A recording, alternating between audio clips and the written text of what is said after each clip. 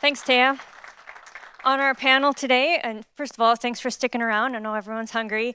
We'll make this quick, but make it worth it. So on our panel, we have Dwayne Bernardson from KWS, Dr. Tom Peters from NDSU, Dr. Rex Soon from NDSU, and Kenny Lee from iGen.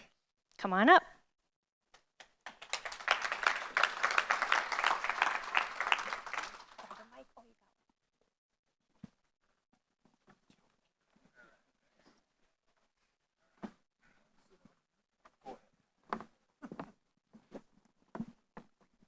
All right, welcome. Thanks for being here. Well, the growers here in the Red River Valley certainly know all too well about the challenges of herbicide-resistant weeds, such as water hemp.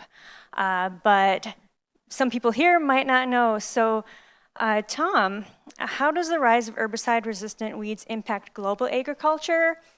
And why is it so important to find a solution? Yeah, so we haven't had any truly new families of herbicides for a long time, Ann.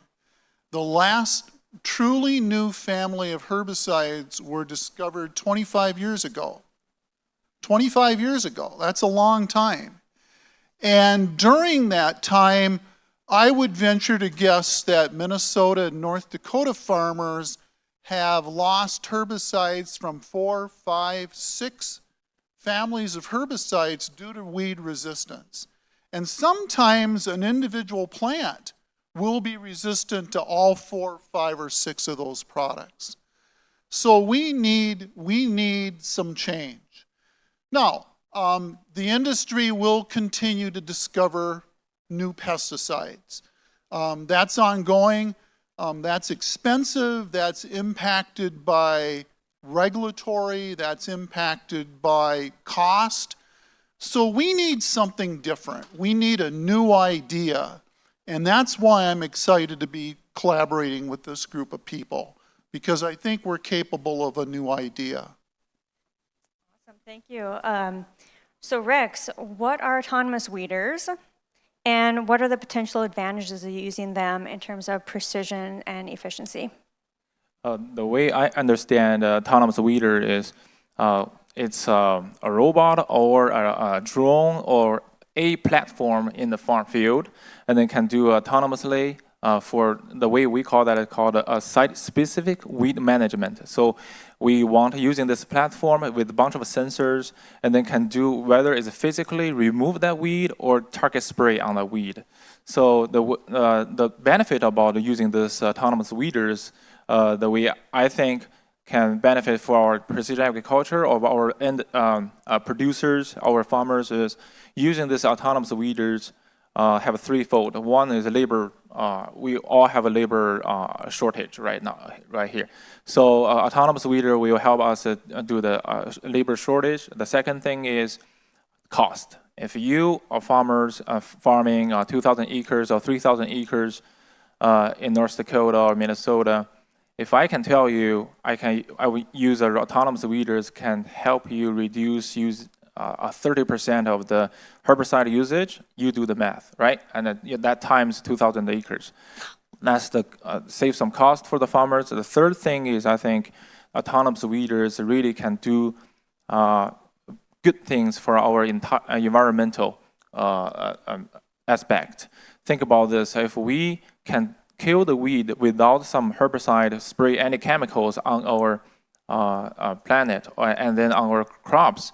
So we as consumers, we don't want any chemicals put on our plate. So that will be more environmental friendly. So that's what I think about the autonomous weeders. So great. Reduction in resources used. Love it. Well, you explained some autonomous weeders. I see them as Roombas for the field, kind of moving around through your field, pulling out weeds, spraying individual weeds, but there's obviously a lot more technology that goes into these. So Kenny, what techniques are used in AI and machine learning to make these effective? Yeah, what we're using, I mean, if you've seen the Silicon Valley episode, hot dog or not hot dog, essentially what we're doing is, is this a weed or not a weed? Is it a crop or not a crop? at its most basic form. But in order to train that model, it takes a lot of work, and that's why we're working with Dr. Tom Peters, Dwayne from KWS, and Dr. Sun. We need to train these models with a bunch of data, and that's the most difficult part of it. But with some of the recent innovations with, as you guys know, you heard of ChatGPT, large language models, but really generative AI, we're using some of the latest techniques to expound on the data sets that we have today. So for example, as we may have 10,000 images, but now you can say, take these 10,000 images and expand it to 100,000 images, and then let's use those 100,000 generated images to feed back into the model. And that's some of the more exciting, latest technologies we're using today. I bet there's some challenges in that. What's your biggest challenge you're facing? I would say the biggest challenge is not the technology piece. I would say it's really the human in the loop. And it always comes back to people, right? So computers are really smart and dumb at the same time. It's like, hey, I've never seen this before. What do I do? And so the robot just sits there waiting for a human to come and tell it what to do. And so as we are delivering our service in the next years to come here, it's how do you feed humans into that feedback loop and make it also timely. I mean, we heard of how farmers' downtime is one of the biggest impacts to the bottom line. And so how to minimize that is one of the biggest challenges. Great, so we need a lot of people, say collaboration between academia, industry, and research. So Dwayne, what has KWS been working on with all those different industries this year? Well, Anne, this is an exciting panel for me because we have a group called our Digital Innovation Accelerator, our DIA group, and they look at technologies and trying to find those that are out there. We've been working with Dr. Peters for years as KWS has brought some of the most recent technology and weed control to sugar beets. How do we look at keeping that sustainable? We were able to join up with Kenny and his technology, and how can that help us keep weed control sustainable as we look at resistant weeds? And Dr. Peters looks at it in really a holistic approach of what is the most economical. I think sometimes people think that Kenny's going to go out with his weeder, he's going to be the thing, he's going to take care of all the weeds. But Tom has taken the approach of, we have some effective herbicides that are very cost effective for our growers today. So how do we build that model together? And then along with that, we're excited to meet Dr. Sun and the work that he does at NDSU. And if you look at the group, the team that we have here, I come from the genetic side, the seed that brings the traits as well as working with the producers in the industry. Tom's worked with the economics of how do you do weed control, the best way to do it. Kenny comes in with this great platform of how we're able to autonomize it and bring that.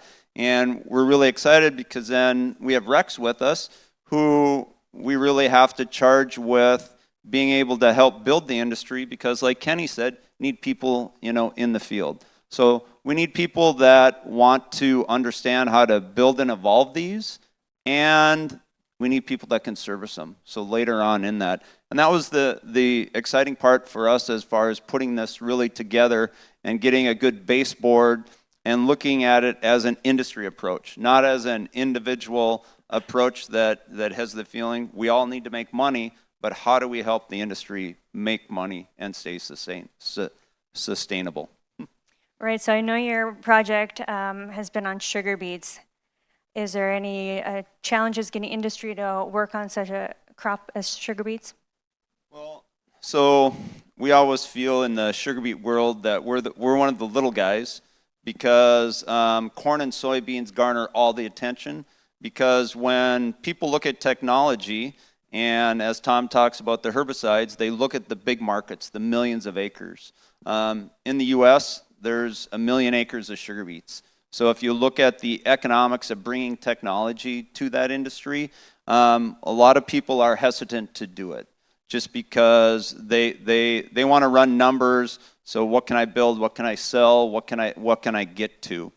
So we try to look at it at the KWS side is how can we work with the industry and help our industry and do our part to stay viable and move ahead, and take this technology as well and everything that we can learn here, and how do we take it globally.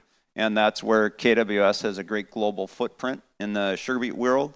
And of course, what we learn here will also roll into other crops as Kenny looks at, I have this technology, I understand it, how can I do that? How can we work with, with our university partners and bring that to help them grow and help this real autonomous nation grow as an industry? Well, my team, we love sugar beets, by the way. So we've actually, in outskirts of Seattle, we actually have a plot of organic sugar beets that we've grown ourselves just to make sure we land this right for the industry. So if you guys want organic sugar beets, come to Seattle. I'll give you some. We got a bunch left. Well, Kenny, what's the business model? How will autonomous weeding work? Are farmers going to own these and deploy them themselves, or will they contract the work out?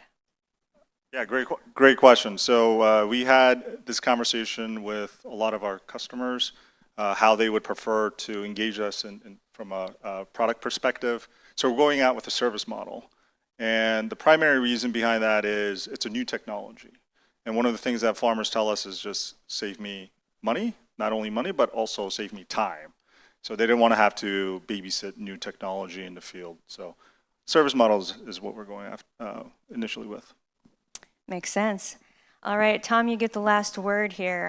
From the weed science perspective, what is the most economical way to fight these herbicide-resistant weeds? And how do you envision the future of weed management with the widespread adoption of these autonomous weeders? Thanks for the question. Dwayne said it, and it's a phrase I use a lot, integrated weed management, okay? Integrated. That means we're using a lot of different tools. Rex, pesticides aren't going away, at least not in the short term. Kenny, I don't think we're going to do this on every acre 3 times a year. We're not going to be using the weeder to that extent. What we're going to be doing in the future is using all of these technologies, and some of them that we haven't even talked about. Maybe seeds that can tolerate weeds better than some of the seeds we plant today, or the use of cover crops. So integrating all of these ideas together into a crop management system, that'll utilize these new technology tools that we're talking about today and the autonomous weeder. So I think that's really the way I see the future. How quickly will that happen? I don't know. I certainly hope it happens while I'm still involved in agriculture, because I think it's going to be a lot of fun. Great, integrated pest management and using all the tools in the toolbox. Well, thanks so much. If you want to see some of these tools in the toolbox, some of these autonomous weeders, coming out to the field after lunch. Thanks, everyone. Thanks to our panel.